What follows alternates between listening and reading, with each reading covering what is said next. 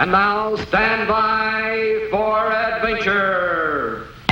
3, 2, 1. In the exciting story of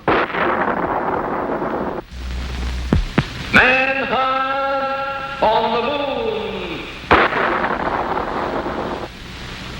Moon. Interplanetary investigator Colonel Bleep and his space deputies, Squeak and Scratch, floated to a stop just above the surface of the moon. They were searching for some trace of the terrible Dr. Destructo among the thousands of crater marks that dotted the strange landscape. To Bleep, it appeared that these craters might have been caused by thousands of meteors crashing down at terrific speed. But many scientists believe the strange markings are the scars of a tremendous bubbling action caused when hot internal gases escaped to the outer surface back when the moon was soft and pliable. Scratch, however, imagined the many craters had been left long ago by violent volcanic eruptions, similar to those the planet Earth had experienced from time to time. Then something below caught their attention. Glistening in the sun at the very top of Mount Leibniz, the moon's highest visible peak, stood a strange tower. It closely resembled the man-made structure called the Eiffel Tower, which is a familiar landmark on Earth, in the city of Paris. Diving down for a closer look, Bleep and his friends found a huge reflecting mirror with a powerful lens attached to the top of the tower.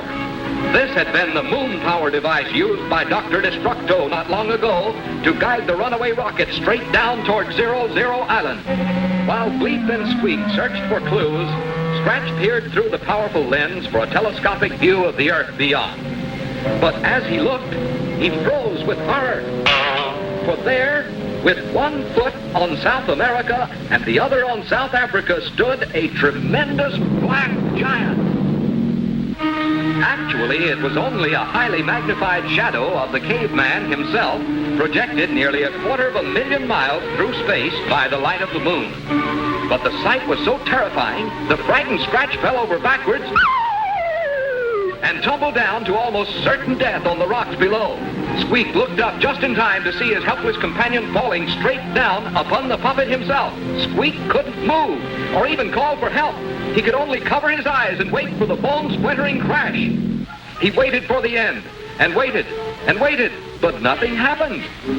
Then Squeak opened his eyes just as Scratch gently floated into his arms. For you see, the gravity pull of the moon is only 1/6 as great as Earth. So Scratch almost floated down that great distance like a feather to land unharmed in the arms of little Squeak.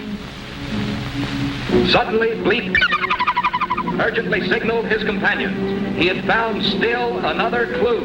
At the base of the tower was a scrap of notebook paper covered with the hasty scrawls of Dr. Destructo's own hand. To the others, it was only a jumble of strange symbols. But to Bleep, this was a flight plan, Destructo's own flight plan. And it told the Colonel exactly where this master culprit had gone. It would take courage to follow Destructo now. For Bleep knew this place, knew it too well, and he was sure that fantastic terrors would be waiting out there.